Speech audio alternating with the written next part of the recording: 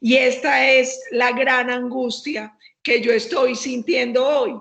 Porque cuando nosotros hablamos de instituciones democráticas, nosotros hablamos de las normas jurídicas, especialmente la Constitución, que es la norma de normas, de los órganos y de las instituciones del Estado representadas principalmente en las tres ramas del poder y los servidores públicos, porque finalmente todas estas partes son las que intervienen para satisfacer y cumplir los derechos y las garantías de los seres humanos en sus relaciones con el Estado y con otros particulares. Y lo que uno siente hoy es que esta institucionalidad está en riesgo con una consecuencia, y es que la solidez, la eficacia y la eficiencia de la institucionalidad democrática es la que permite gobernabilidad. Y hoy estamos viendo una dificultad en la gobernabilidad en Colombia.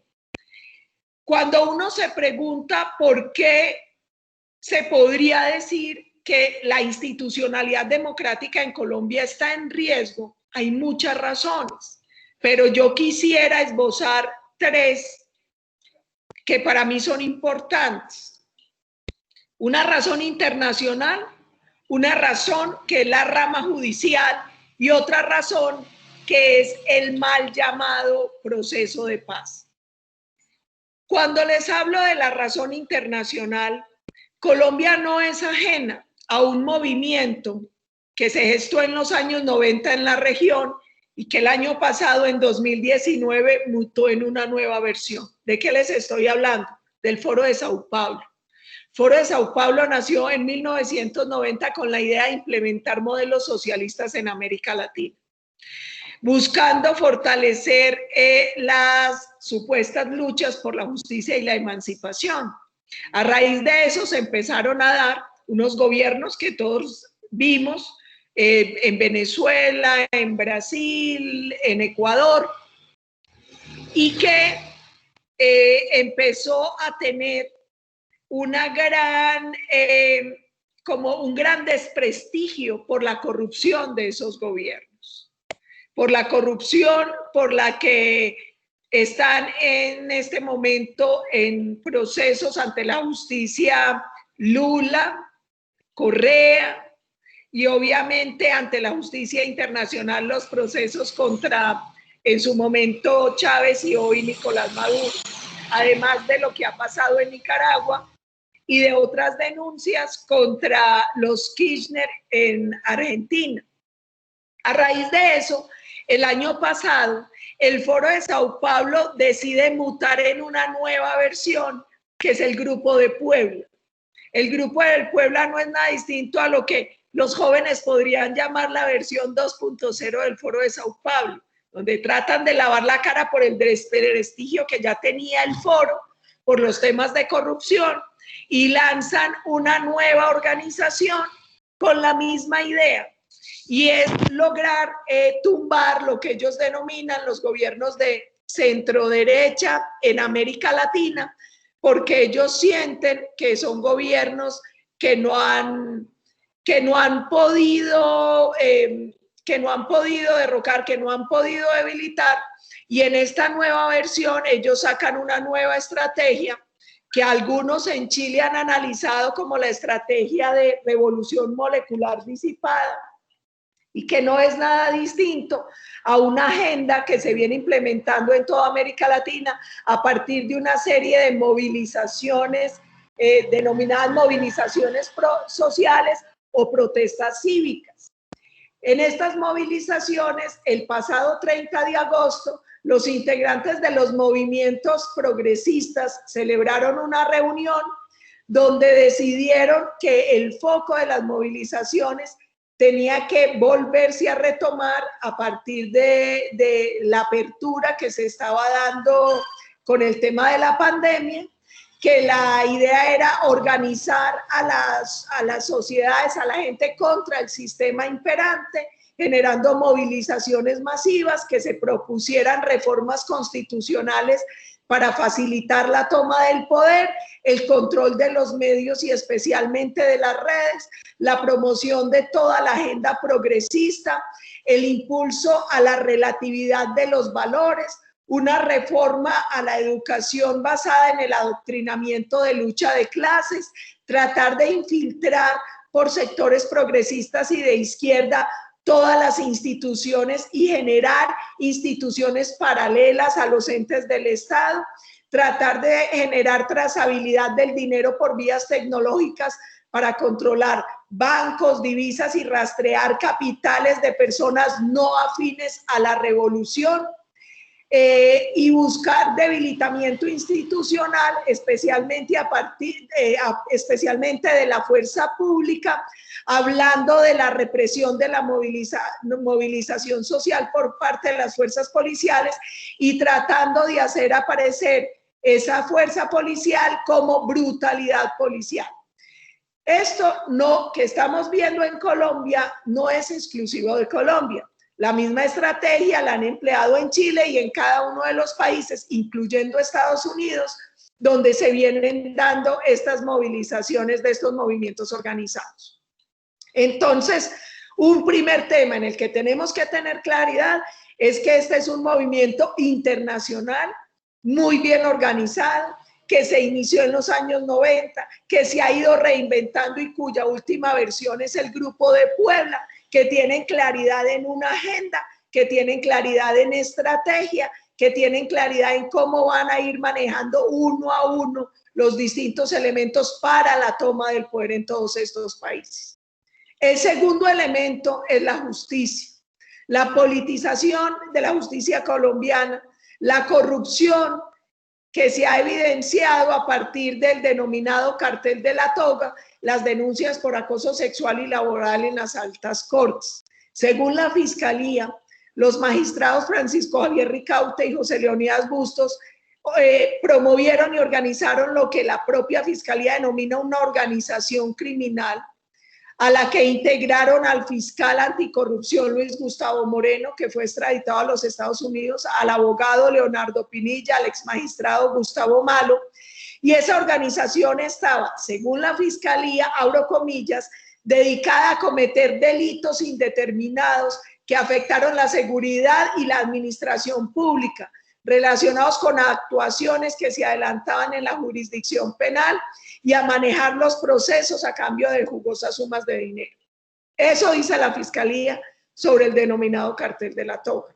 Pero adicionalmente vienen otras denuncias, y es que la Agencia para el Desarrollo de Estados Unidos, USAID, realizó un estudio en la Corte Constitucional que puso de manifiesto acoso y discriminación laboral y casos de hostigamiento y acoso sexual, donde lamentablemente en este último caso solo el 4.4% de las víctimas denunciaron. El caso del expresidente Álvaro Uribe se convierte en un caso emblemático de la crisis de la justicia. En un caso emblemático porque ha quedado en clara evidencia que es una justicia politizada, parcializada y además una justicia capaz incluso de llevar a la cárcel a un expresidente sin ninguna prueba de comisión de delito y en una fase en la que no debería haber sido privado de la libertad. En ese tema es un tema neurálgico porque finalmente el deterioro de la justicia se traduce en deterioro del Estado de Derecho y del sistema democrático. Y hoy la visión que tienen los ciudadanos de la justicia es que es una justicia inoperante. Y eso lleva a que cuando el ciudadano siente que no hay justicia, busque justicia por mano propia. Las consecuencias de este tema son sumamente graves y delicados, porque la justicia afecta a la democracia, afecta al Estado de Derecho, afecta a la institucionalidad, pero también tiene una grave afectación económica, porque es muy difícil para cualquier ciudadano en Colombia o en el mundo invertir en un país que no tiene reglas de estabilidad jurídica, o sea, donde usted no sabe qué va a pasar, porque la Constitución, que es norma de normas, porque la ley finalmente no es respetada, sino que es manipulada y amañada para satisfacer algunos intereses.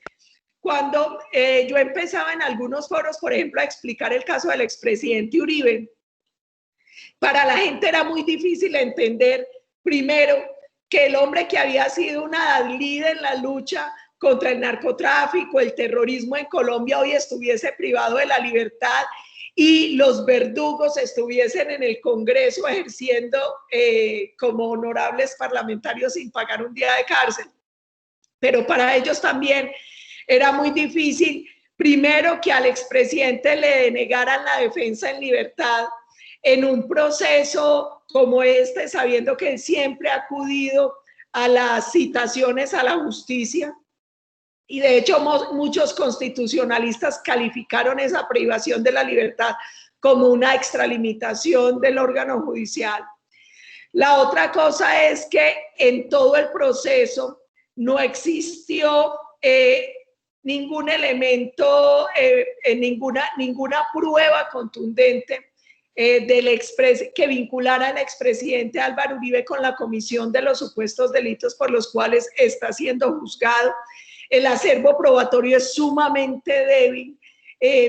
Abundan las declaraciones de testimonios muy contradictorias de personas con un historial no solo delictivo, sino que además tienen otros procesos por falso testimonio. La Corte Suprema además uno ve que fue muy endeble y no quiso ir más allá, no quiso confrontar los testimonios. Muchos de las personas que pidió la defensa que se escucharan, en un momento la Corte decretó que tenían que ser escuchados, pero jamás fueron llamados dentro del proceso. Al presidente siempre se le negó que estaba siendo investigado por estos temas, a pesar de que él hizo 2 derechos de petición a la Corte y la misma Corte le negó la posibilidad de rendir versión libre, que es un derecho en defensa de cualquier ciudadano en el mundo. A él nunca se le permitió la versión libre. Y fuera de eso, se incluyeron pruebas que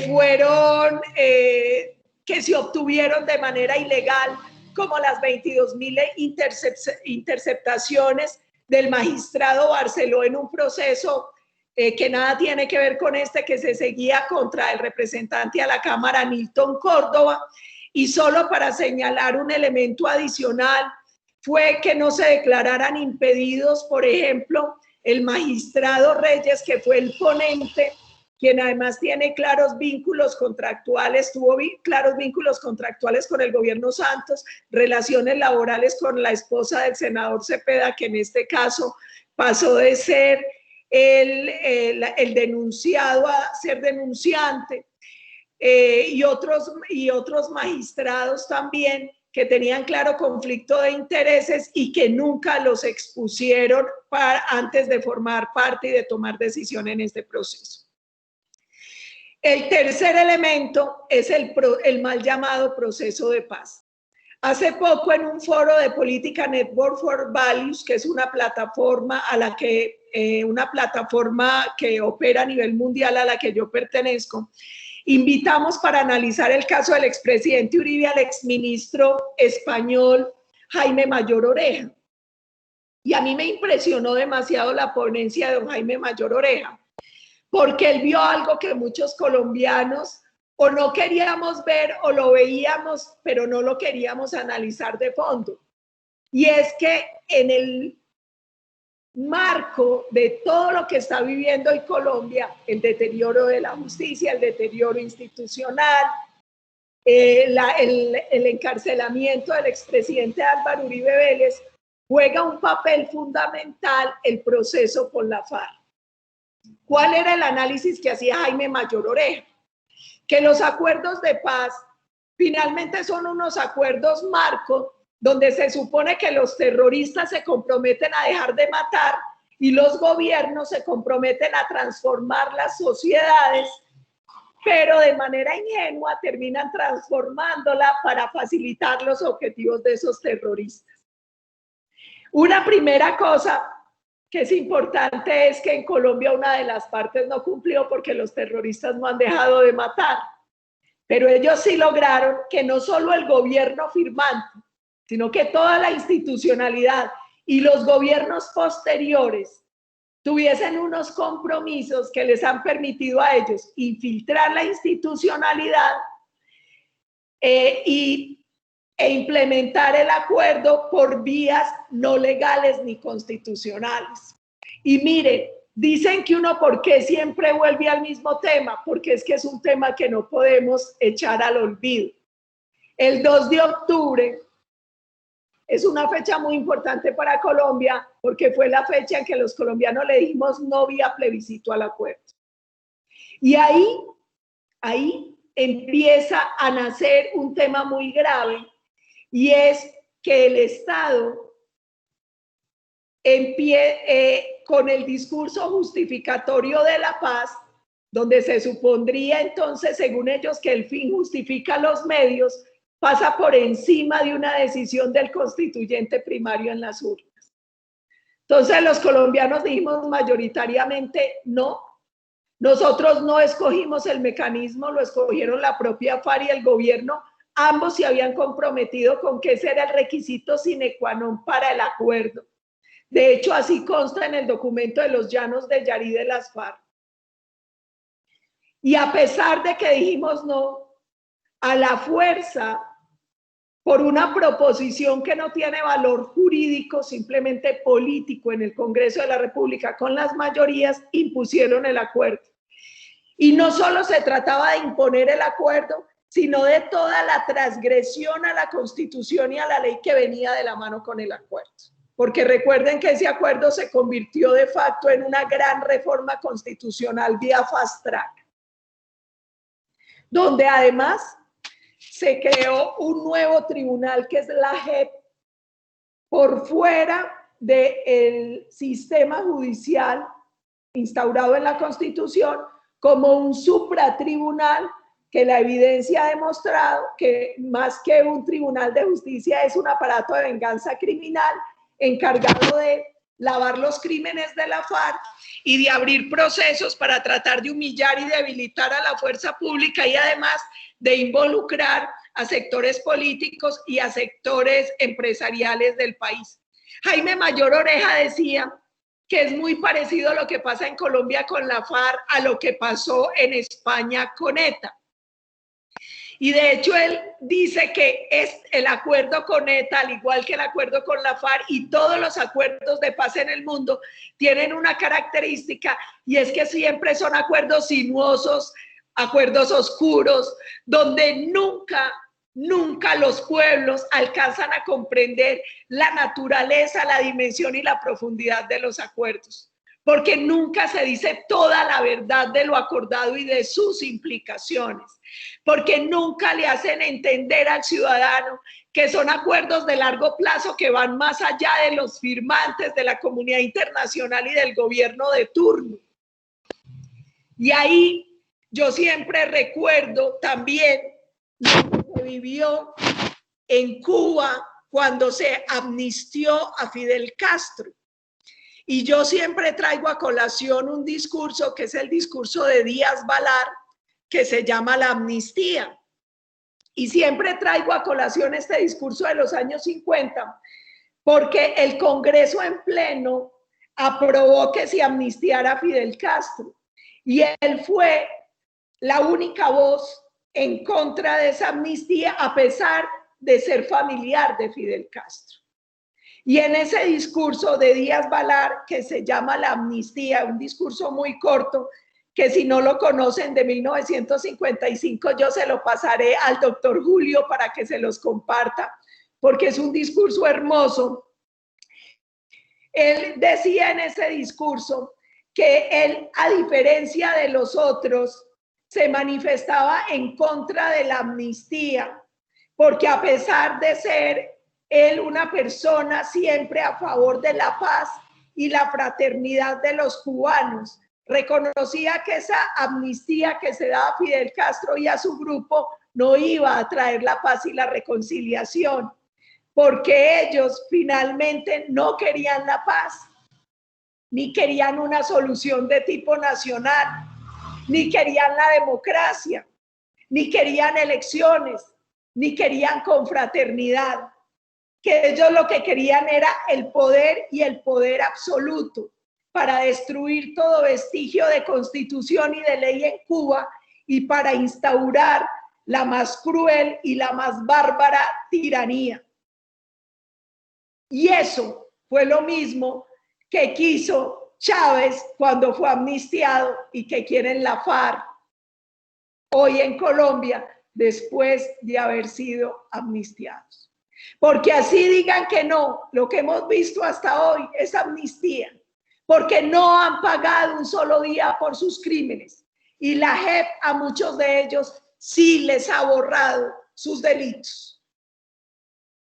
Esos tres elementos para mí son eje fundamental, aunque no únicos ni excluyentes, de lo que hoy está llevando a la fragilidad institucional, a la falta de gobernabilidad que está enfrentando Colombia. Pero yo tengo un problema, doctor Julio y compañeros de la tertulia conservadora, y es que mis papás me criaron con un gran defecto, y es ser optimista por naturaleza. Y me enseñaron a ver oportunidades en todas las crisis. Uno aquí tiene dos opciones, o llora o vende pañuelos, y yo creo que a nosotros nos gusta más vender pañuelos que llorar. Entonces, ¿por qué les digo que esta grave crisis que está viviendo Colombia se convierte en una gran oportunidad? Primero, porque esta crisis nos debe llevar a valorar la democracia y a fortalecer la institucionalidad. ¿Por qué lo digo? Colombia tiene una de las democracias de más larga tradición y más sólidas en América Latina. Una democracia con defectos y debilidades. La democracia no es un sistema perfecto y además no podría serlo en un país que, a pesar de ser un país bicentenario, sigue siendo una joven república. Es una democracia en construcción, perfectible, pero salvo los demás sistemas políticos hasta hoy, el único que existe que, a pesar de su imperfección, permiten la libertad y el progreso de los pueblos es la democracia. Yo creo que el gran problema de países como Colombia, que cuando hemos vivido siempre con ella, poco la valoramos y creemos que es natural y no lo es. La democracia es un sistema creado por el hombre, muy fácil de destruir y muy difícil de recuperar.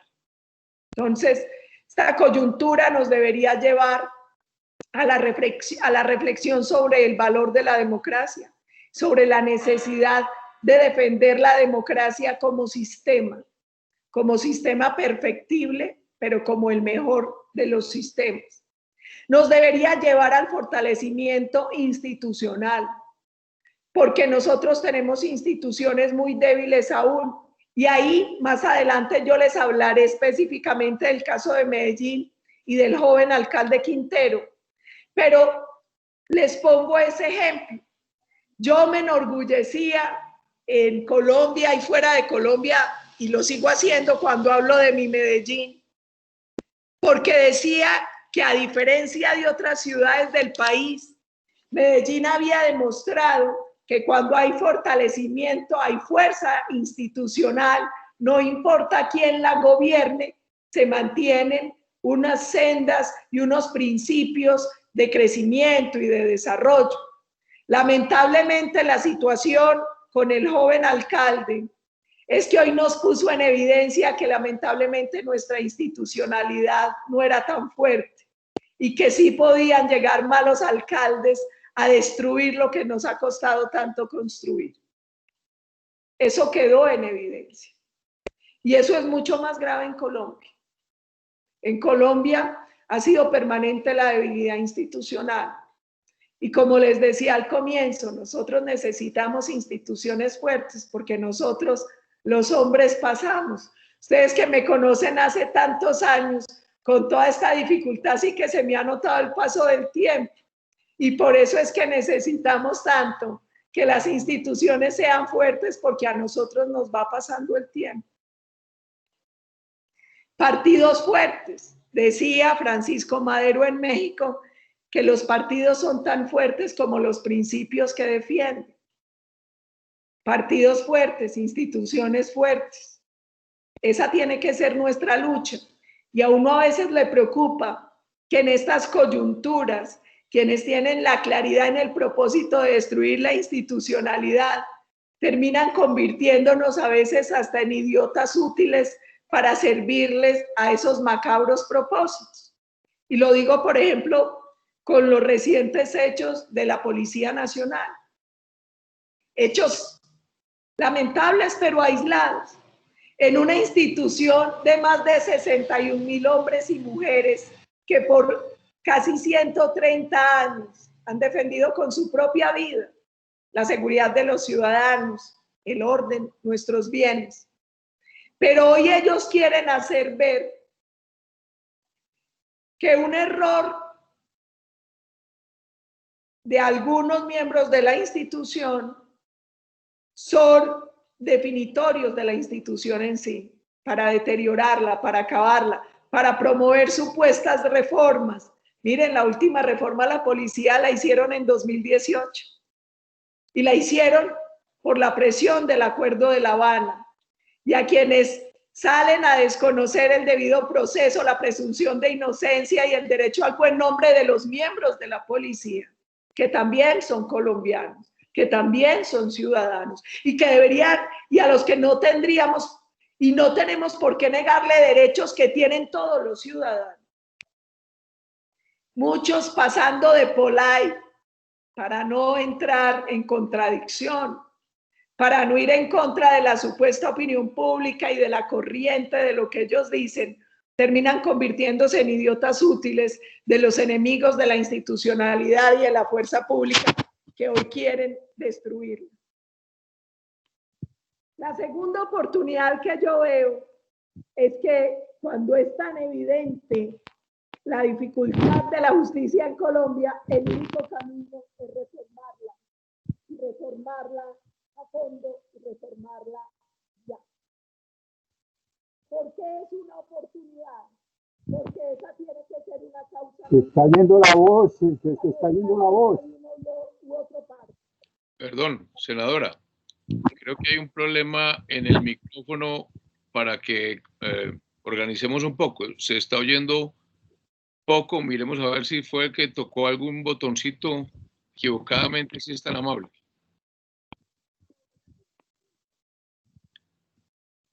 No, no se escucha.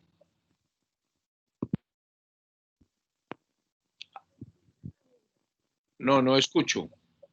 Prende el micrófono a ver qué estará pasando.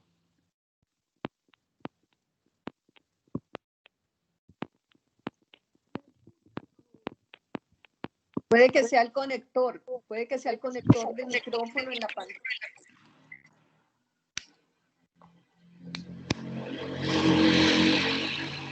¿O será por el internet? Ahí está perfecto, adelante. Ya, ahora sí, ahora sí. Gracias. Entonces les decía que la crisis a la justicia hoy también es una oportunidad para hacer la reforma estructural urgente a esa justicia. Y esa tiene que ser una causa común, no una causa de un partido, no una causa de una ideología, sino que tiene que convertirse en la causa de todos los colombianos. Y ahí hay un tema importante, y es que inicialmente el expresidente Uribe nos propuso que para esa reforma a la justicia intentáramos con una Asamblea Nacional Constituyente. ¿Qué dificultad veo yo?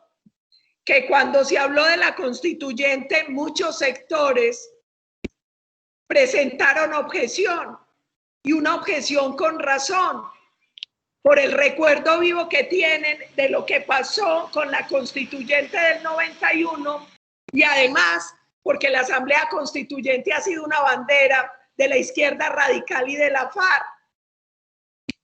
A raíz de eso, el expresidente lanzó una nueva propuesta que no es fácil, pero que es una gran posibilidad, y es hacer un referendo para reformar a la justicia, basados en los artículos 377 y 378 de la Constitución, donde obviamente tiene que mediar el Congreso para la aprobación de la ley, o podríamos hacerlo, que yo creo más en esa, pasando primero por una recolección de firmas por los ciudadanos. ¿Por qué creo que es importante el referendo? Por lo que les decía al comienzo. Muchas veces nosotros necesitamos aglutinar al país en torno a causas, y yo creo que la causa, la reforma a la justicia, es una causa nacional. Dos, porque a través de acto legislativo se ha intentado de manera reiterada la reforma a la justicia y no ha sido posible. Cada que llega el acto legislativo para la reforma estructural se cae. De 2002 a la fecha, el Congreso de la República ha hecho 19 intentos de reforma a la justicia vía acto legislativo y no ha sido posible. Hoy el referendo creo que es un mecanismo el mejor que tenemos a la mano por tiempos, porque lo haríamos manejando los temas que angustian a los colombianos. Mire, en esta pandemia que nos crea una enorme dificultad económica, también es una oportunidad para llamar a la reforma y a la austeridad del Estado. Entonces, pensando en voz alta, uno de los temas que se quisiera plantear en el referendo, que trataríamos de hacerlo corto y sencillo, no tan difícil como el del 2003, es la reducción del Congreso y una reforma estructural a la justicia que podría empezar por volver al modelo que teníamos antes del 91 de una sola corte con varias salas, donde los magistrados lleguen a acabar allí su carrera judicial, que sea el punto de llegada y no el punto de partida, para evitar de esa forma convertir las cortes en unas puertas giratorias de una corte a otra, de favores y de plataformas con fines políticos. Entonces, primera oportunidad, aprender a valorar la democracia y la institucionalidad y fortalecerla. Segunda oportunidad, hacer por fin la reforma estructural a la justicia a través de un referendo de origen popular. Tercera oportunidad, los colombianos hoy tenemos que tener más claridad sobre la naturaleza y las consecuencias del Acuerdo de La Habana, porque es un acuerdo que no terminó en la firma y cuya naturaleza y consecuencias aún no están del todo claras para los colombianos, y que tiene una grave incidencia en el deterioro de la institucionalidad democrática del país. Aprovecho para anunciarles e invitarlos a una serie de foros que va a organizar el Centro Democrático, uno de ellos con el expresidente Aznar, para analizar después de 4 años el Acuerdo de La Habana, para que miremos y entendamos un poco más las implicaciones, las consecuencias, y para que estudiemos también las vías y las alternativas para corregir ese acuerdo, Entonces, esa es una tercera oportunidad. Y yo creo que para el tema internacional, la gran lección que nos queda es que nosotros, los que defendemos la democracia y las libertades, tendríamos que empezar a hacer lo que hacen nuestros adversarios: organizarnos, tener una agenda común, tener estrategia y defender unos principios. El Foro de Sao Paulo y el Grupo de Puebla tienen mucha claridad y han actuado en consecuencia. Lamentablemente, quienes defendemos la democracia y la institucionalidad, no hemos sido capaces ni siquiera de organizarnos en Colombia. Y necesitamos organizarnos en Colombia y necesitamos organizarnos en el hemisferio. Ahí hay varias cosas importantes. Y ustedes me dirán cómo nos vamos a meter en todos esos asuntos en una coyuntura donde además tendremos que enfrentar las consecuencias del COVID, consecuencias sociales, económicas y políticas. Aquí yo les diría, entre más bravo el toro, mejor la corrida. Y hoy el COVID nos genera una dificultad extra. Y una dificultad extra, ¿por qué? Porque los sectores de la izquierda radical están buscando profundizar la ruptura del tejido social y del tejido empresarial con el COVID. Recuerden que en Antioquia un poco más de 1.172.000 trabajadores no pudieron desempeñar sus labores por el COVID. Es decir, el 40% de los empleados del departamento tuvieron un gran impacto por el tema del COVID.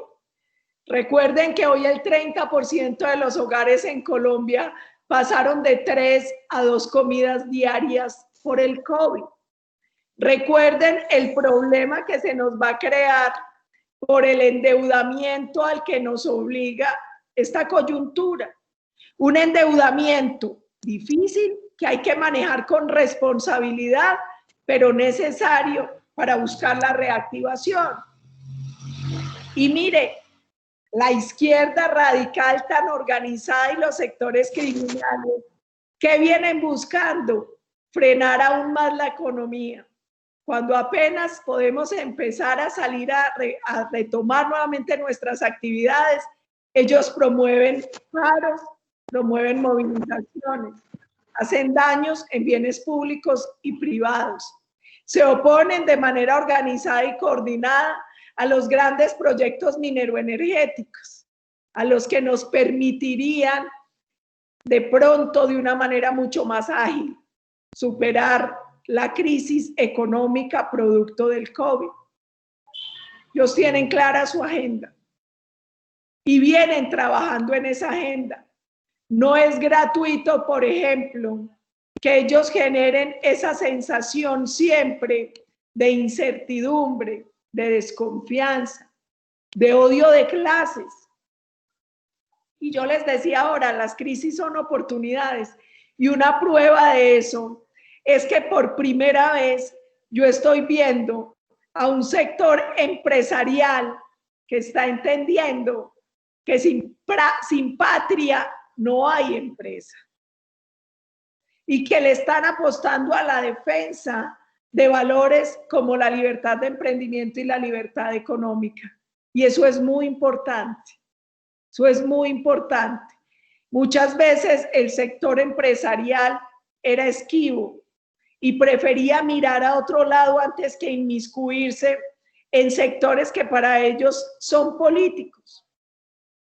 Olvidaban de pronto que la política nos lleva a ocuparnos de la cosa pública y la cosa pública no es exclusiva de los políticos.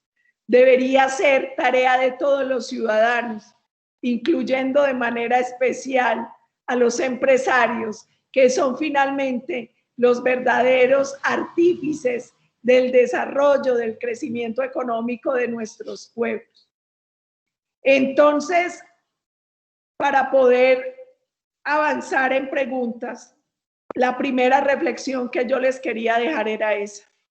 En Colombia estamos viviendo una grave crisis de institucionalidad democrática, una crisis que entre muchas explicaciones que hay, que seguramente ustedes tienen, tiene 3 en las que yo quería entrar hoy un poco en la discusión que es la internacional, la justicia y el mal llamado proceso de paz. El segundo punto que les quería dejar era que la crisis era oportunidad y esta puede ser una gran oportunidad para darle un timonazo a Colombia. Y la última reflexión es: organicémonos y actuemos, porque como dice el presidente, el 2022 representa un gran riesgo. Ojo con el 2022. Y tareas. Primera tarea: ayudar y promover el valor de la democracia y de las instituciones. Segunda tarea: unirnos todos en torno al referendo para reformar la justicia. Tercer tarea: armar la gran coalición patriótica de centro-derecha para que, sin importar los nombres de los candidatos, se elija uno solo, en bloque, con un compromiso de una defensa de unos mínimos que nos permitan retomar el rumbo de Colombia y defender esos valores republicanos que nos han caracterizado. Y la ñapa: preocuparnos por Medellín, por la defensa de nuestra institucionalidad, de nuestras empresas, por la defensa de lo que hemos construido como ciudad. Medellín ha sido el muro de Medellín y Antioquia han sido el muro de contención de Colombia y Colombia ha sido el muro de contención de América Latina. Si permitimos que caigan Medellín y Antioquia, cae Colombia y cae la región. Es un peso enorme el que está en los hombros de los antioqueños. Y tenemos que tener claridad sobre el peso y el reto que eso implica. Yo dejaría por ahora allí, doctor Julio, porque creo que enriquece más el diálogo y vi que hay muchas manitos para preguntas en el chat. Bueno, gracias, senadora. Muy importantes todas sus reflexiones. Vamos a dar paso entonces a las preguntas. Le voy a dar primero, recordemos muy respetuosamente, preguntas cortas, sustanciosas, para que tengamos agilidad en esto. Entonces tiene la palabra Mónica Delgado. Mónica Delgado, por favor, prende el micrófono y haga su pregunta. Doctora, me alegra mucho de tenerla con nosotros. Quiero hacerle las siguientes preguntas. 1. ¿Cómo nos debiéramos de unir para la defensa de la democracia?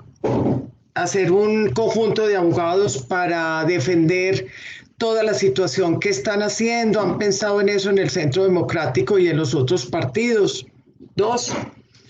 ¿Cómo trabajar nosotros como movimiento social? ¿Quién sería la dirección para eso, para empezar a demandar y a hacer información a través de los medios que tenemos ahora, como son los mails, como son Twitter, Facebook y todas las herramientas que tenemos a través de Internet? Ya se están trabajando para un solo candidato con los otros partidos del centro derecha o de derecha, y me tiene muy preocupada el voto electrónico, para ver si nos puedes hablar sobre ese tema. Gracias. Adelante, senadora. Muchas gracias, doctora Mónica. Varias cosas. La primera es que cuando yo estudié contraterrorismo y contrainsurgencia en Washington, me enseñaron que la estrategia es la operación espejo. Es decir, hacer para el lado bueno lo que hace la contraparte. ¿Nosotros qué tenemos que hacer? Primero, formar ONGs y organizaciones de todo tipo, cívicas, de profesionales, de amas de casa, sociales, de abogados, todas, con el claro objetivo de defender la democracia. Cada organización haciendo lo que saben hacer.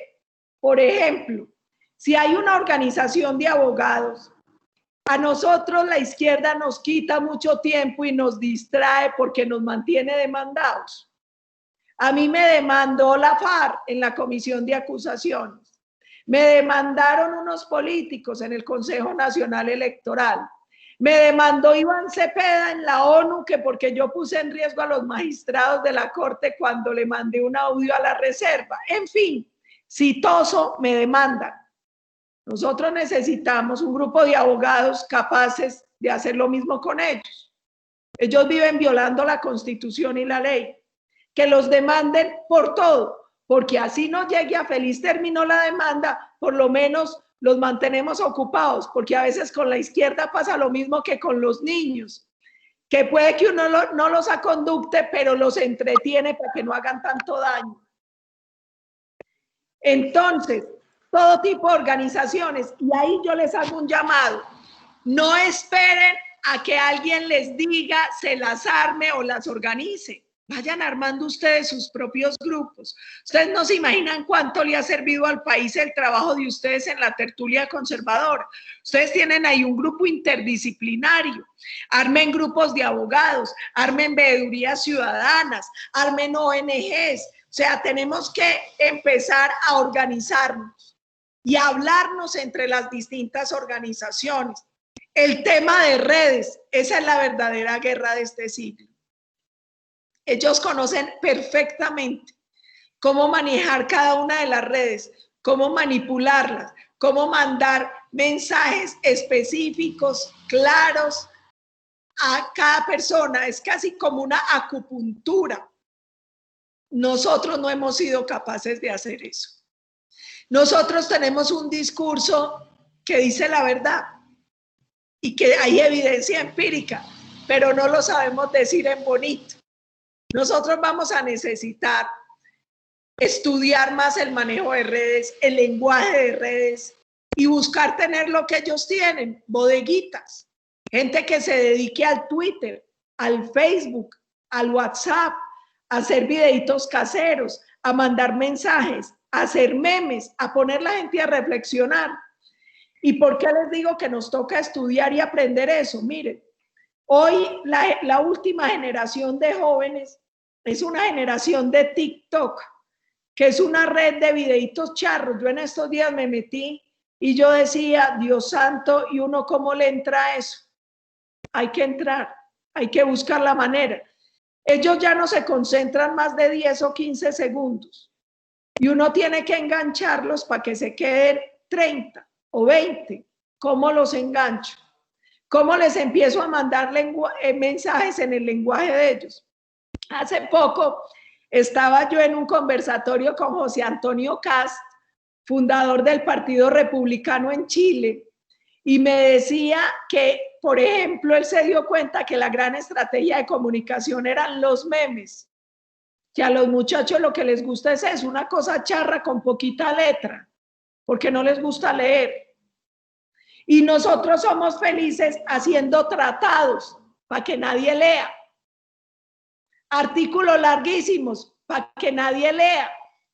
Pues vamos a tener que hacer cosas de forma y de fondo y aprender a volver el artículo trinos y aprender a volver los trinos videos y aprender a volver el video un meme. Porque ese termina siendo un elemento central. Finalmente esa es la ciberguerra. Es una guerra en las redes. Y ahí ellos nos llevan mucha ventaja. Frente al tema del candidato único, todavía no está. ¿Qué necesitamos por ahora? Que nos empecemos a poner de acuerdo. Que en todos los partidos empecemos a entender que una coyuntura como la que tiene Colombia exige un sentido patriótico superior, que está por encima del cálculo electoral personal o partidista. Y que empecemos a hacer el llamado para la construcción de esa plataforma. Sin soberbias, sin engaños y teniendo como veedores a todos los ciudadanos que creemos en la importancia de la defensa de la democracia y de los valores democráticos. Ese pacto tiene que ser un pacto entre el sector productivo, los ciudadanos y los partidos.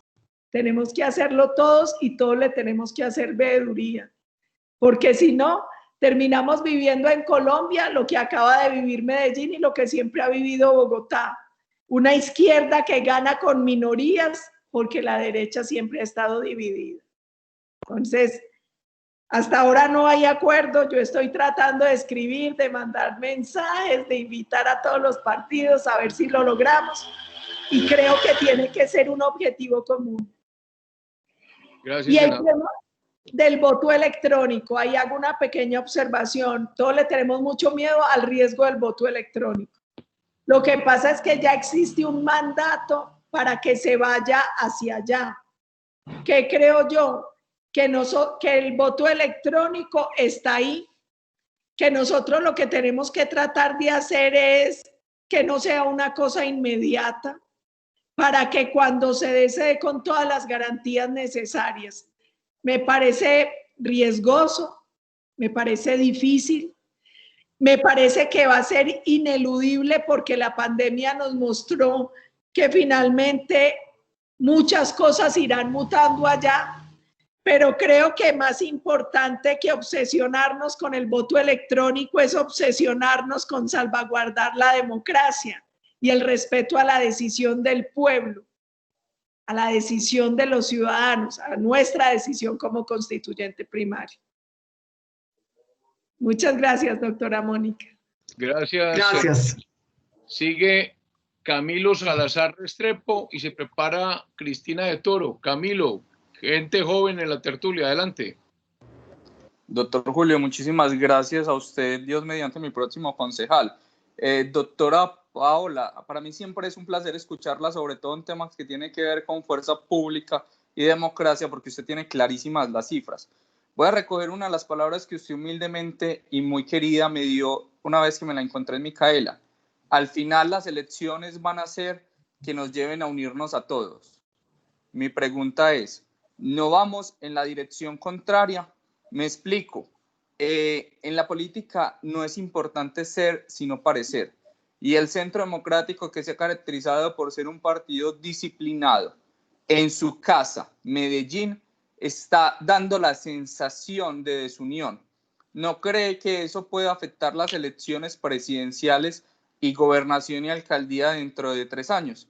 Y si me lo permite, ya que el doctor Julio menciona el tema de mi juventud, quisiera darle una posible recomendación y acción de mejora para que usted considere, y el Dios mediante, si usted le da su venia, próximo senador Juan Espinal, al no referirse a la juventud del alcalde como un defecto. Daniel Quintero es pésimo alcalde, pero tiene experticia en cuando fue ministro de las TIC en hacer lo mismo que está haciendo en Medellín, destruir las instituciones y politizarlas, pero no por ser joven, porque él es así.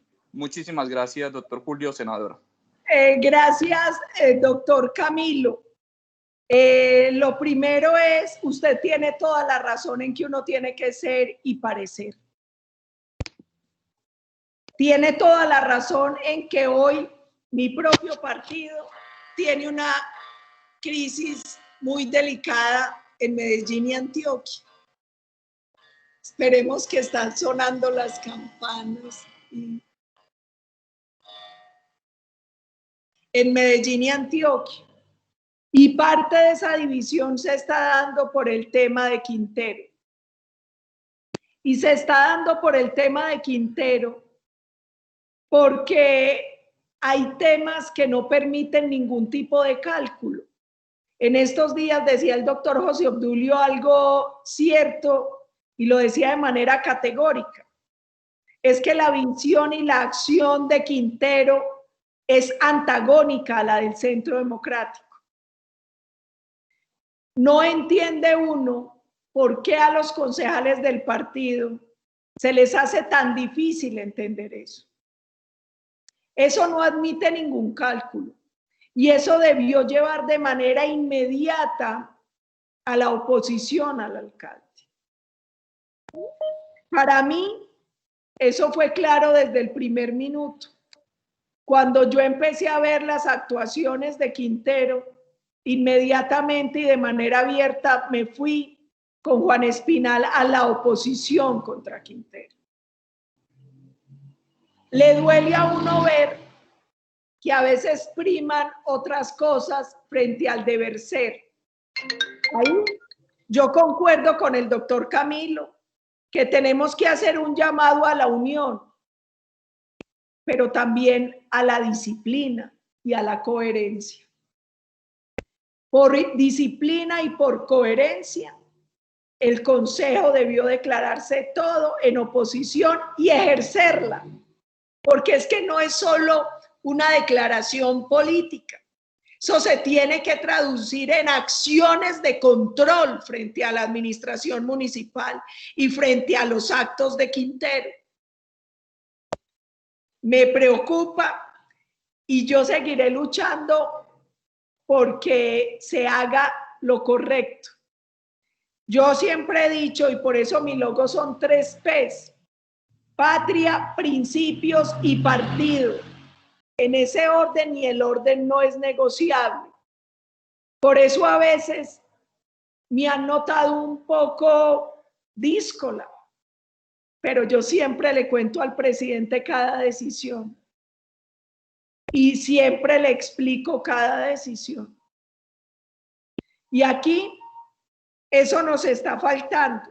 Yo espero que nuestros concejales, diputados, congresistas y nuestra militancia entienda que hoy lo correcto es la defensa de Medellín y de Antioquia como muro de contención de la izquierda radical en Colombia y en América Latina.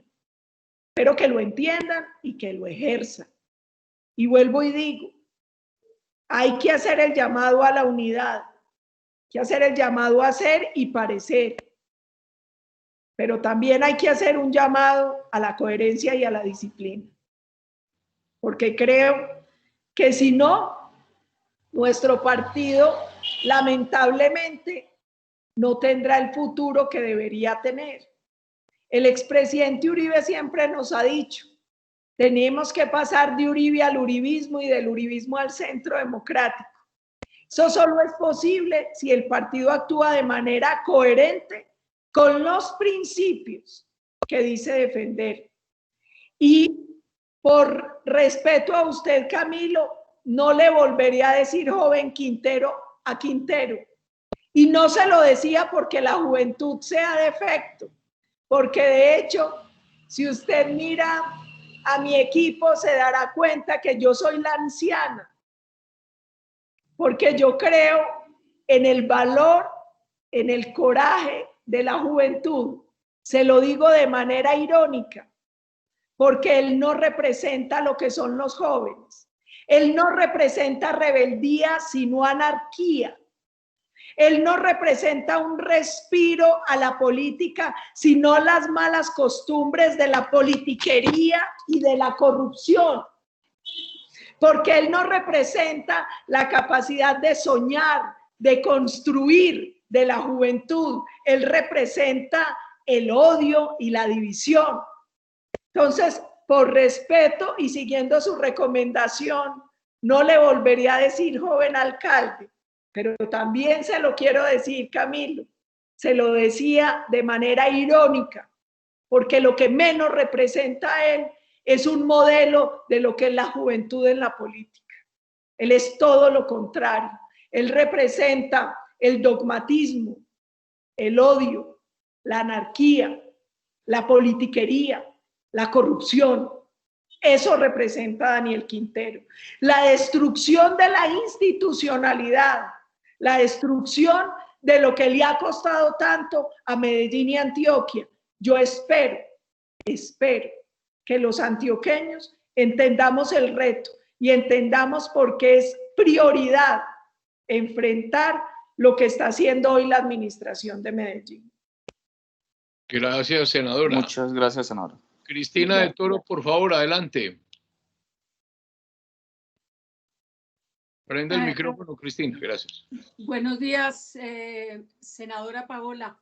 Mi pregunta es muy corta y muy puntual. ¿Sí nos dan los tiempos para un referendo a sabiendas de lo dispendioso de la recolección de firmas y estando a 2 años del término del periodo del presidente Duque. Gracias, senadora.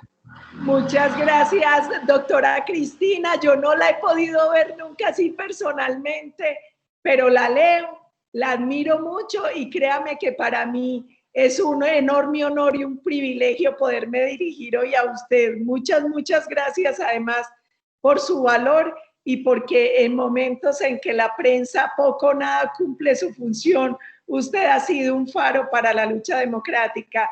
De verdad, todo el reconocimiento y las bendiciones, doctora Cristina. Frente a su pregunta, nosotros con los abogados hemos explorado los mecanismos de reforma. Como les decía, el que podría parecer más rápido es el acto legislativo, que son 8 debates en el Congreso. Lamentablemente, por la dificultad que se ha presentado con 19 intentos fallidos de 2002 a la fecha, descartamos esa posibilidad. La Asamblea Nacional Constituyente es incluso más larga que el referendo y más compleja, porque lo que nosotros sentimos cuando se sondeó en la opinión pública esa posibilidad es que hay desconfianza frente al mecanismo. Entonces, puede que el referendo no sea el ideal, pero digamos que es el que es más viable jurídicamente. Los tiempos sí nos podrían dar, pero eso también va a depender mucho de nuestra capacidad primero para convocar a los colombianos en torno a la causa de la reforma a la justicia por encima de los partidos y los sectores, porque yo creo que esa sí es una necesidad común. Y es como una angustia común la reforma. La otra es cómo nos organizamos de una mejor manera. Mire, nosotros fracasamos en el intento que hicimos Paloma, Álvaro Hernán y yo de recoger firmas para derogar los 3 actos legislativos del proceso de La Habana. Pero yo lo voy a decir aquí sin pena, fue porque nos quedamos muy solos. Tuvimos muy buena voluntad de muchos ciudadanos, pero no se montó ni nuestro partido ni otros partidos en pleno para hacerlo. Si esta vez logramos montar al sector, al sector privado, logramos montar varios sectores de partido, yo estoy segura que podemos sacar en año y medio por tarde la reforma. Además, porque la reforma es de aplicación inmediata una vez se llame a esa elección. Y recuerden que esa elección no puede coincidir con otra elección, entonces se podría hacer en cualquier momento. Creo que ahí lo más importante es lograr hacer una buena pedagogía, lograr hacer un referendo corto, no sé, 5 preguntas, algo así, que no sea muy extenso. Y seguramente no podrá reformar todo lo que tenemos que reformar, pero sí que sea un buen primer paso. Y con alguna pregunta que enganche y lleve a los ciudadanos en la urna. Y ahí yo les tiro este dato. Cuando uno habla de reforma a la justicia, a pesar de que más o menos el 80% tiene una visión desfavorable de la justicia, como es un tema que la gente no entiende bien, cuando uno les pregunta por la reforma, estarían dispuestos a ir a reformarla más o menos el 60%. Pero cuando uno le dice a la gente reducción del Congreso, el 80% lo quiere hacer. Entonces yo creo que también hay que buscar una pregunta que nos ayude a llevar el ciudadano a la urna, como la reducción del Congreso. Gracias. Jaime García, el doctor Jaime García, prende el micrófono y haga la pregunta cortica. Doctor Jaime. Muchas gracias. Doctora, buenas tardes. Yo quisiera, por medio suyo, en Cali existe un grupo que se llama Únete por Colombia, que maneja el programa que tiene Ervin Hoyos contra las FARC en el reclutamiento y tal. Ese grupo, que es un grupo muy importante en Cali, encabezado por el doctor Bernardo Henao Jaramillo y por la doctora Amy Clarkson, es un grupo que ya está trabajando en todos estos temas y era muy importante que nosotros aquí en Antioquia y en Medellín tratáramos de entrar muy en contacto con grupos de ese tamaño para que nos rindiera más, puesto que ya ellos arrancaron. Gracias, doctora. Muchas gracias, doctor Jaime. Yo tengo el enorme privilegio de conocer al doctor Bernardo Henao. Él ayuda con el equipo de Cali, pero él en realidad está en Bogotá. Él es uno de los abogados del Nogal. Y de hecho él nos ayudó y él y su grupo instauraron una demanda por abuso de poder contra el alcalde Quintero, que está ya en curso en la Fiscalía, en la Procuraduría. Con él también estamos trabajando otros temas de Medellín y de otras ciudades, y con Ervin Hoyos se está trabajando toda la estrategia de los informes sobre el tema de reclutamiento de menores. Con Ervin también estamos haciendo un trabajo en Paraguay para ayudar al alcalde, porque allá tienen un problema similar de reclutamiento por parte del EPP. Y con él yo participé en algunos programas hace 8 o 15 días en Paraguay, y estamos trabajando una estrategia internacional con un claro objetivo: los informes de Ervin Hoyos, que están muy bien documentados y donde estamos buscando más recursos porque necesitamos más abogados para poder llevar todo el material probatorio caso por caso, se van a presentar ante la JEP simplemente para cumplir el prerequisito.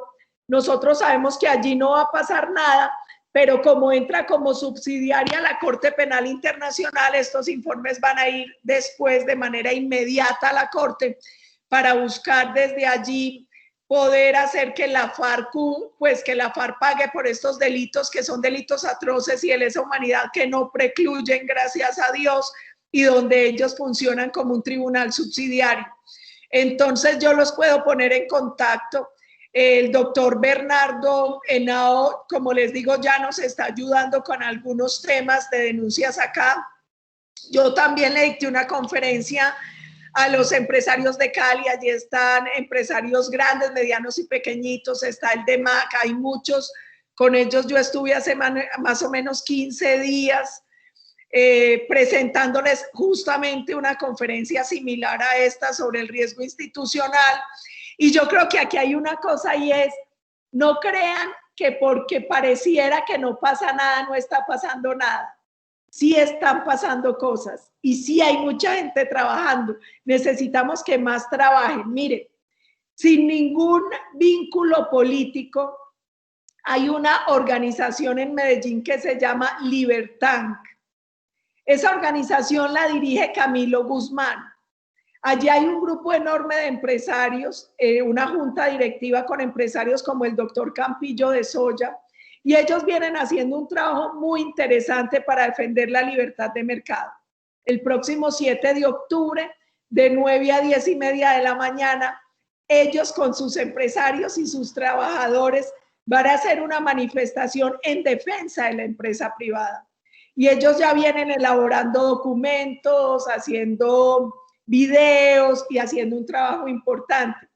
Con Ervin Hoyos se vienen haciendo también trabajo de videos, de recabar pruebas materiales, de denuncias. Con Henao también se viene haciendo un trabajo jurídico. Miren, por ejemplo, lo importante de la veeduría que se formó en Medellín, donde están las cámaras de comercio de Antioquia, ProAntioquia, de donde hay. Entonces, lo que yo quiero que sientan es: esta es una batalla muy grande con muchos frentes que uno a veces cree que lo está desbordando, pero tengan entusiasmo. Y sí es muy grande, pero sí están pasando cosas, sí hay gente organizándose, sí estamos empezando a trabajar, sí han también empezado a formar portales, a formar medios. Mire lo que, por ejemplo, lo que hace la doctora Cristina de Toro. Cada artículo de ella es un faro para todos. Nosotros necesitamos que más gente nuestra se anime a eso, a trabajar escribiendo, haciendo reflexiones, compartiendo los artículos de ella y de toda esta gente que está haciendo un trabajo intelectual tan importante por WhatsApp, en las distintas redes. Ellos tienen eso, ellos saben trabajar muy bien en red. Ellos se saben organizar. Nosotros estamos aprendiendo y nos va a tocar aprender muy rápido porque el tiempo corre en contra. Pero créanme que lo estamos haciendo. Si en algún momento quieren, yo los puedo contactar con el doctor Bernardo para que él les dicte una charla y les explique cómo funciona esa ONG, para que él les cuente de primera mano todo el trabajo jurídico que están haciendo, incluso ayudándonos con el tema de Medellín. Ellos hicieron, por ejemplo, otros borradores y nos están ayudando a hacer veeduría sobre muchos temas del alcalde. Con Juan Espinal nosotros estamos enviando todo el tiempo derechos de petición a la alcaldía y a EPM para poder hacer veeduría. Hay que apoyar a organizaciones como SIMPRO, que es el sindicato de profesionales de EPM, que está haciendo un trabajo serio. Hay que apoyar a la veeduría de Todos por Medellín, que también es una veeduría cívica con organizaciones importantes, ACOPI, FENALCO Antioquia, las cámaras de comercio Pro Antioquia, que no tiene ninguna interferencia de políticos. Nos tenemos que ayudar y empezar a conversar entre todos, porque cada uno de nosotros puede estar haciendo un trabajo que se puede multiplicar o que puede apoyar lo que otros están haciendo. Y creo que valdría la pena que ustedes también escuchen el trabajo que ya tiene adelantado Ervin Hoyo, los informes, porque es escalofriante la manera en que los partidos de izquierda en América hacen todo el trabajo ordenado, coordinado de reclutamiento de menores, de adoctrinamiento. Él ha logrado incluso denunciar con nombres profesores de universidades y de colegios dedicados exclusivamente a adoctrinar y a reclutar jóvenes en estas instituciones. Gracias, senadora. Los felicito a todos que están haciendo preguntas cortas. Sí, espero que sigan así. Sigue el doctor Óscar Urrea y luego se prepara la Cecilia Escandón, cortas. A ver, Óscar. Muchas gracias, doctora Holguín, por acompañarnos en esta tertulia conservadora. Le voy a hacer una pregunta muy picante, muy precisa, muy concreta, dada la realidad hoy en el país. Para Antioquia y desde luego para la nación, ha sido un fracaso el centralismo, del cual no tenemos ningún efecto positivo de gran desarrollo como comparado con todas las demás naciones del mundo. ¿No será el momento donde habrá que cambiar la administración del sistema de gobierno por unas autonomías de regiones? Esto lo venimos liderando, como usted bien sabe, en Colombia autonómica como una verdadera alternativa, porque no le encontramos otra situación diferente. Espero escucharla positivamente, doctora Holguín. Doctor Óscar Urrea, muchísimas gracias. Varias cosas. La primera es, yo creo en la descentralización, creo que es importante, creo que es urgente. Creo que el tema de las autonomías tiene que ser punto de llegada y no punto de partida. ¿Por qué? Porque hoy nosotros tenemos un grave riesgo y es que sería muy difícil manejar las autonomías en un momento de tanta fragilidad democrática. Entonces yo creo que sí tenemos que ir hacia allá, pero ese no puede ser el punto de partida, ese es el punto de llegada. Yo creo que hoy es importante ir trabajando en un proceso de fortalecimiento democrático e institucional, de una descentralización cada vez mayor, por ejemplo, en el tema presupuestal, administrativo, y allá podríamos llegar. Pero siento que no puede ser el punto de partida por la fragilidad que estamos viviendo en esta coyuntura democrática e institucional. Gracias, senadora. La Cecilia Escandón, adelante, prende el micrófono. La Cecilia. Sí, señor, mil gracias. Adelante. Bueno, un saludo muy cordial a todos y especialmente a la senadora Paola. Ha sido interesantísima la exposición que nos ha hecho. Bueno, estamos en un momento muy difícil y realmente indispensable que pensemos muy a fondo y actuemos, seamos supremamente activos. Usted lo ha hecho, por supuesto. Estoy de acuerdo en que tenemos que recuperar la institucionalidad, pero es que ellos llevan 100 años infiltrándose y tienen todos los poderes cogidos, especialmente todos los de carrera administrativa, mientras que nosotros estamos pensando siempre en coger el Ejecutivo, y en el Ejecutivo es cambiante, es cada 4 años, aquí y en el exterior 5 o 6 años, en fin. Mientras que los de carrera administrativa, los del sector justicia, los de los medios de comunicación permanecen, y ellos son los que están haciendo permanentemente zancadilla y desinformando.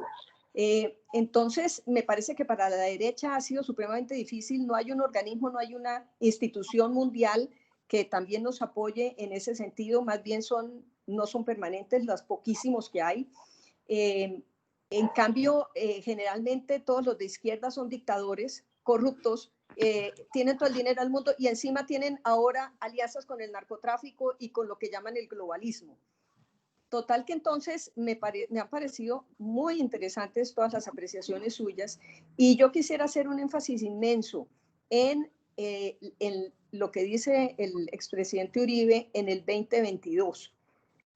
Yo creo que deberíamos dedicarnos en ese momento a hacer una absoluta e inmensa campaña política para obtener unos resultados electorales abrumadores que puedan contrarrestar la trampa de la registraduría y de FECODE, porque podemos nosotros hacer muchas otras cosas que si no tenemos el Congreso a favor, en este momento el Congreso es el que tiene ahorcado al presidente de la República, por supuesto, más los otros poderes, pero algo se podría hacer en el legislativo. Tenemos que utilizar muchísimo los medios, las redes, lo que usted dice. Entonces, quisiera su consejo en este campo, senadora, porque la votación realmente debe ser inmensa. ¿Qué opina usted desde el Congreso, pues desde su visión desde el Congreso? Yo le pido a la senadora que como es un concepto generalizado, lo dejáramos para el final. ¿Le parece? Si no le molesta, como es una consideración de la Cecilia, entonces usted al final recoge todo, senadora Paola. ¿Le parece bien? Perfecto. Bueno, una pregunta concreta del doctor Jorge Ignacio Paz. Adelante, Jorge Ignacio. Bueno, lo primero es que, doctora Paola, que sigue siendo muy hermosa, a pesar de que dijo otra cosa ahora. No se ha deteriorado, antes la veo con mayores capacidades.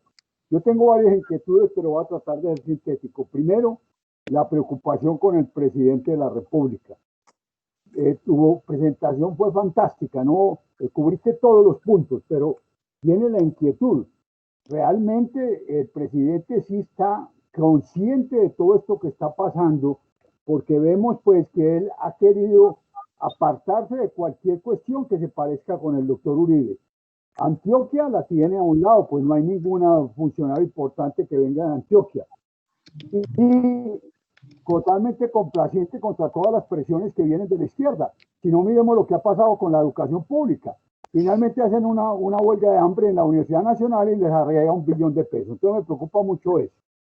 Segundo, usted que estuvo en la Escuela Superior de Guerra, el trastorno ideológico inadvertido es la clave que han usado todos estos señores. Y me atrevo a decir una cosa, ahora por ejemplo con todo el hecho del derecho a la protesta, nos está metiendo a la cabeza que la protesta es salir a la calle, una banda de gentucha, a hacer daños, a enfrentarse a la policía y demás. Y resulta que hay que explicarle a la gente que la protesta hay muchas maneras de hacerla, incluso pues una de las formas en las que a través de todos estos movimientos. Otro aspecto muy importante es que la juventud se está dejando arrastrar, pero ¿qué pasa? Tenemos que retomar actividades. Me atrevo a decir, en este momento la Universidad FIT va a cambiar de rector, entonces hay que hacer lo posible porque llegue un rector como Samir, que salvó esa universidad, y no lleguen otros rectores que son como los empresarios, ¿cierto? Yo también soy empresario. Esto de ser uno marxista-leninista con ánimo de lucro es una cosa muy simpática. Esto lo introdujo el doctor Nicanor Restrepo y nos ha hecho un daño tremendo. Entonces, ya ha llegado a la universidad. Mire qué pasa en los Andes, Javeriana y demás.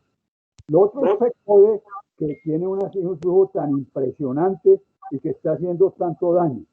Y lo otro es, para no alargarme, que hay que explicarle a la gente que no deje las posiciones. Por razón de la docente de ingeniero hemos estado muy cerca del problema de empresas públicas de Medellín. Y me pareció un error fatal cuando sucede eso, que renuncie la Junta en pleno, soltándole la oportunidad para que la llene con los otros. Es el momento, usted nos mostró valentía, las cosas hay que enfrentarlas, así como usted lo hizo de una manera pues muy interesante. Y lo otro, como usted también es muy cercana a la parte militar, porque estuvo también en la Escuela Superior de Guerra y demás, hay que unir a todos estos militares retirados que son organizaciones tan grandes y aglutinan tanta gente. En este momento andan en una división tremenda, a ver quién nombra en ACOR y demás. Entonces hay que influenciar sobre ellos también porque ahí juega una fuerza muy grande. Detrás de cada uno de ellos hay 5 o 6 personas más. De manera pues que hay más inquietudes, pero quería plantear eso no más. Y me encanta oírla nuevamente y verla que sigo siendo no solamente una mujer inteligente, sino una mujer bella. Gracias, doctor Jorge Ignacio. Las dos últimas intervenciones para que la doctora Paola ya las tome 4 y haga su última apreciación. Leonidas Gallego y Luis Guillermo Jaramillo. Leonidas Gallego, corto, por favor. Prende el micrófono, Leonidas.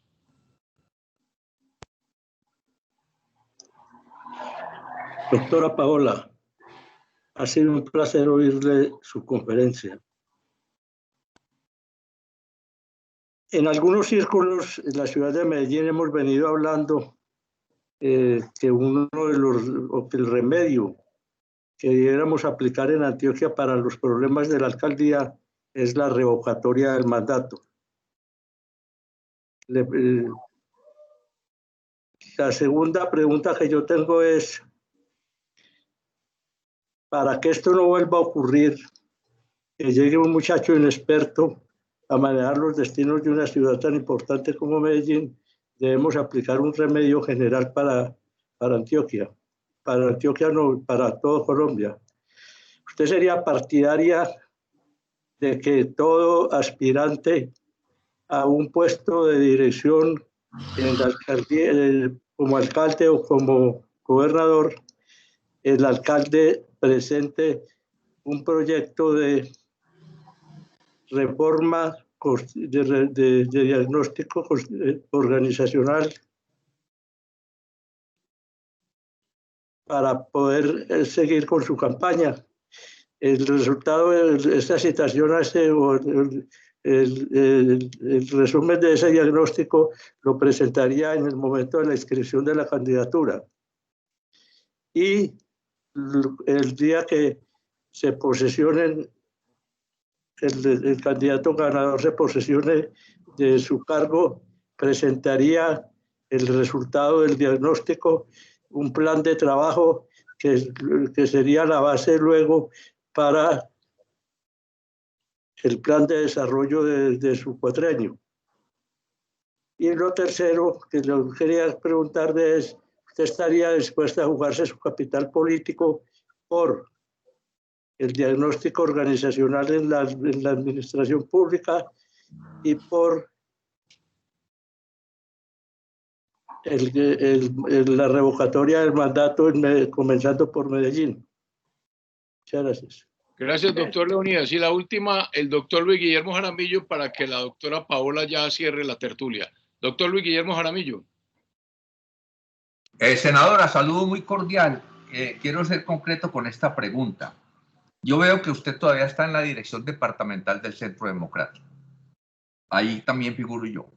Yo le quiero hacer una pregunta y se basa en lo siguiente. En días pasados invitamos a esta tertulia al doctor Óscar Iván Zuluaga. Y lo invitamos porque nos enteramos precisamente y oficialmente de que tenía una misión muy importante en el Centro Democrático. Le comento que la presentación del doctor Óscar Iván es prácticamente sin antecedentes lo que escuchamos de él acá. Unos planteamientos muy firmes y muy serios, completamente ajenos a su pretensión de ser nuevo candidato, que lo expresó profundamente, pero delineó una serie de situaciones que me llevaron a mí a concurrir a la dirección del centro departamental para hacer una respetuosa solicitud de que lo invitáramos a nuestra dirección para que expusiera esos principios. Mi sorpresa fue total, senadora ilustre. Nadie, absolutamente nadie en esa dirección se tomó, digamos, la molestia de decir nos gusta, no nos gusta, ni mucho menos. Yo me quedé aterrado con esa situación. Nos enteramos por el presidente Uribe que él tiene una misión importante. Yo quisiera su respuesta, su opinión sobre qué es lo que está pasando y sobre todo en la dirección del Centro Democrático más importante que tiene el partido y que está en Antioquia. ¿Qué es lo que está pasando? Hace más de 7 meses que no tenemos una reunión oficial. tenemos otro chat distinto que no es el de la dirección. Usted está en los dos, pero yo quisiera saber qué pasa con la dirección, si usted es tan amable. Senadora, adelante. Muchas gracias. A la doctora Cecilia, qué gusto verla otra vez. Doctora, yo creo que usted tocó un tema importante y es la izquierda sabe combinar las formas de lucha y no descuida ningún elemento. Nosotros lamentablemente hemos sido bastante descuidados. Estos días, por ejemplo, hablando con el embajador Ordóñez, que coincidía en muchos puntos y en muchas preocupaciones que usted esbozó acá, hablábamos de un caso puntual. En la OEA, el otro año se eligen 4 magistrados y 3 comisionados de la Corte Interamericana de Derechos Humanos. Hoy, Colombia debería estar promoviendo candidatos y haciendo lobby en Washington y las cancillerías para lograr empezarnos a tomar esas entidades desde adentro, como lo ha hecho tradicionalmente la izquierda. Entonces yo creo que su observación tiene toda la validez y creo que nosotros deberíamos empezar a esforzarnos por empezar a permear todo. Entonces uno se queja de FECODI y del adoctrinamiento en las universidades. Bueno, qué importante que existan profesores con esta filosofía que se estén metiendo a los concursos y estén entrando a esas universidades. Porque a veces uno encuentra una gran contradicción. Por ejemplo, grandes grupos empresariales que se supone defienden el modelo democrático y la libertad de mercado, pero en sus medios, sus periodistas o sus directores de contenido lo que hacen todo el tiempo es minar la confianza del ciudadano en los empresarios, generar odio de clases y manejar una agenda política totalmente contraria a la de los propietarios de los medios. Yo creo que ese ha sido el descuido que nos ha matado a nosotros, y es que no hemos aprendido de microgerencia y de mirar al detalle, y tenemos que empezar a hacerlo. Entonces empezar a permear todas las instituciones nacionales e internacionales y a poner gente con esta línea de pensamiento, pero ojo, que no sean vergonzantes, sino que vayan y hagan su tarea como la hace el otro lado, lo que les hablaba ahora de Operación Espejo. Al doctor Jorge Ignacio Paz, frente al tema del presidente Duque, ¿qué le digo yo? Lo primero es, él es presidente de una coalición entre el Partido Conservador y el Centro Democrático. Somos 2 personas que tenemos talantes muy distintos. Es evidente que él es un demócrata muy de conciliación, de consensos. Yo soy una demócrata más de principios que de consensos. Tenemos formas muy distintas, pero lo peor que le podría pasar a Colombia ahora es que quienes lo elegimos le hagamos oposición y le sirvamos su cabeza en bandeja de plata a la izquierda. Nosotros necesitamos que a Duque le vaya bien para que a Colombia le vaya bien, independientemente de las observaciones que podamos tener frente a su talante o frente a sus decisiones.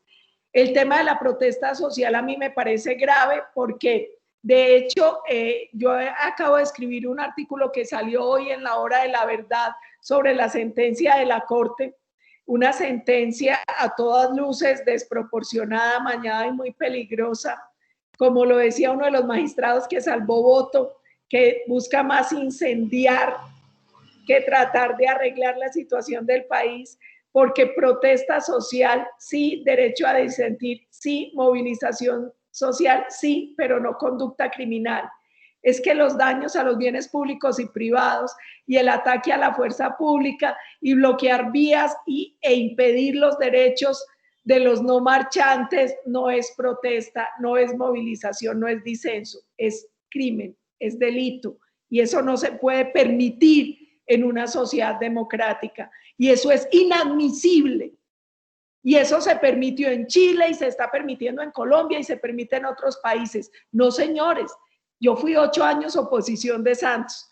Yo he participado en muchas marchas y manifestaciones. Jamás hemos dañado bien público o privado. Jamás hemos atacado a la fuerza pública. Jamás hemos impedido los derechos de quienes no participan en la marcha. Entonces, que aquí no nos vengan a disfrazar el vandalismo y el terrorismo de protesta social o de movilización social, porque no lo es. Y la propia Constitución es muy clara cuando la determina como un derecho, pero pacífico, y que no se puede dar nunca por encima o alterando los derechos de los demás. Comparto preocupación por la juventud y por FECODE. Creo que nosotros debemos ejercer más control sobre la educación en Colombia, porque la educación debe ser para enseñar a pensar, no para adoctrinar. Y ahí también yo hago un llamado a los padres de familia, porque todos los papás dicen, no, pero es que mire, yo soy de centro, de derecha, yo defiendo la democracia y mi hijo es súper izquierdoso, petrista, es que así lo enseñaron en el colegio. Pues papá, hágase una pregunta. ¿Dónde estaba usted mientras adoctrinaban a su hijo? ¿Dónde estaba usted? ¿Dónde usted fue alguna vez a escuela, padres? ¿Usted se preguntó alguna vez quién y qué le estaban enseñando a su hijo? Porque los papás no pierden esa obligación. Recordemos que a uno como individuo lo educa primero la familia, luego la escuela, la sociedad y por último el Estado. La primera responsabilidad es de la familia. Entonces también un llamado a los papás para que hablen más con sus hijos, para que se preocupen más por qué les están enseñando, quién les está enseñando. Y a nosotros como Estado nos ha faltado una mano firme con FECODE para que cumpla su obligación, una obligación que pagamos todos con recursos públicos, que es enseñar, no adoctrinar. Y en el tema de los militares, sí, efectivamente, lamentablemente, el general Mejía hizo con el ejército lo que hizo Naranjo con la policía, que fue generar unas divisiones internas. Nosotros tenemos que luchar por volver a unificar y a fortalecer nuestra fuerza pública, por defenderla, por devolverles la justicia penal militar integral y por evitar que se politice y se divida, como han querido hacerlo ciertos sectores al interior de nuestras fuerzas. Este es un tema importante y es un tema urgente. Y en esa línea, y de esa línea no me muevo yo soy camuflada por dentro y por fuera. Nuestra fuerza pública ha tenido siempre un carácter civilista, pero lamentablemente yo también noto que hay sectores queriéndola dividir desde adentro y politizarla, y que quienes estamos en lo público a veces no hemos tenido el coraje para defender a la fuerza pública como tenemos que hacerlo. Doctor Leonidas, respuesta a la revocatoria, sí, sí, sí. Punto de llegada, punto de partida. Hoy y hasta diciembre, el gran objetivo debe ser montar las veedurías, estar denunciando todos los abusos de Quintero y estarle demostrando a la gente en Medellín que él es un mentiroso, que está buscando acabar nuestra institucionalidad, que está llenándonos a Medellín de la politiquería de Petro, de Lleras y de Gaviria, y que quieren acabar con lo que nos ha costado construir, con EPM, con Ruta N, con Hidroituango, que además es una obra de interés no solo de Medellín y Antioquia, sino de interés nacional, porque representa el 17% de la energía del país. Y si no entra en operación, van a venir sobrecostos en servicios públicos y va a venir un tema muy difícil para Colombia. Ahí tenemos que cerrar filas y la tarea tiene que ser un trabajo sistemático desde lo jurídico, desde lo político, desde lo comunicacional, de aquí hasta diciembre, para que todos los antioqueños se enteren y toda la gente en Medellín. Y el 1 de enero, que es cuando cumple el año y cuando por ley procede la revocatoria, iniciar inmediatamente el proceso para que Quintero salga. Mucha gente me ha dicho a mí, ¿a usted no le da miedo que se metan en una revocatoria y la pierdan? Hay cosas que no admiten cálculo político y esa es una que no admite cálculo político. Ganando o perdiendo, esa es una batalla que hay que dar, porque ese muchacho en menos de un año le ha hecho mucho daño a la ciudad. Si la dejamos 4 años, nos la acaba. Y además, pensando en el 22, también es urgente que Quintero no esté más en la alcaldía de Medellín haciendo daños y llenándonos nuestra ciudad con la politiquería y la corrupción de quienes han destruido otras ciudades de Colombia. Frente al tema del diagnóstico para la inscripción, yo creo, doctor Leonidas, que más que el diagnóstico, aquí lo que se hace necesario es más control, porque el diagnóstico finalmente es algo parecido a lo del plan de gobierno que tienen que registrar los candidatos, porque ahí tiene que haber un diagnóstico y una propuesta que se tiene que convertir en plan de desarrollo. Lo que yo creo es que nos ha faltado más control sobre los candidatos y sobre esos programas que inscriben y que deberían dar fe del conocimiento que ellos tienen de la ciudad y de la forma en que la van a administrar, o al departamento o al país. Y al doctor Luis Guillermo, mire doctor, nosotros estamos pasando por un momento muy difícil en el partido, en la dirección departamental y nacional. Creo que nos falta articulación, creo que también la pandemia, que no debería ser excusa, no ha permitido que nos reunamos como es urgente hacerlo. Y siento que el partido debería escuchar urgentemente a Oscar Iván Zuluaga, a la directora, y si es posible al doctor Tomás Uribe, porque el partido a nivel nacional viene haciendo un trabajo serio, importante, pero que yo creo que es necesario articularlo con cada una de las direcciones y especialmente con la departamental, porque Antioquia es el corazón del partido en Colombia. Muchas gracias, senadora. Le agradecemos muchísimo su presencia esta tarde, ha sido muy ilustrativa y nos alegra mucho lo que ha manifestado acerca de la revocatoria, porque esta tertulia conservadora de Antioquia emitió un comunicado hace ya un tiempo comprometiéndose con esa idea, y varios miembros de ella son miembros de una corporación privada sin ánimo de lucro que hemos creado, que se llama Corporación Revocatoria, para sacar adelante eso, a como dé lugar.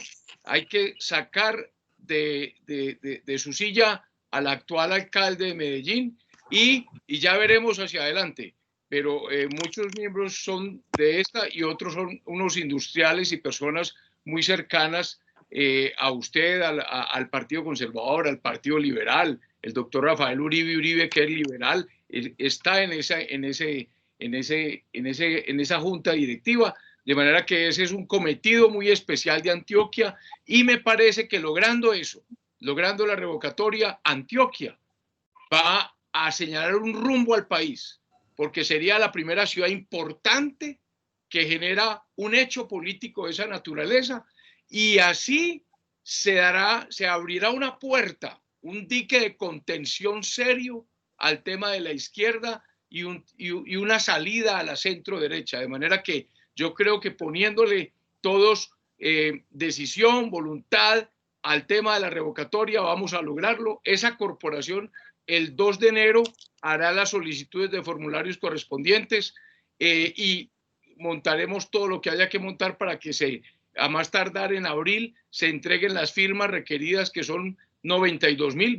El cometido es 200,000 firmas, para que una vez revisadas haya citación a votación antes de junio del año entrante. Muchas gracias, senadora Paola, por su presencia, muy importante, y a ustedes muchas gracias. Que tengan buena tarde. Muchas gracias a todos, y tenemos muchas tareas, pero tareas que buscan victoria. Muy importante. Gracias. Vamos a cumplir la felicitación. Excelente. Gracias. Muchas gracias a todos. Gracias. Un fuerte abrazo virtual. Un abrazo, chao.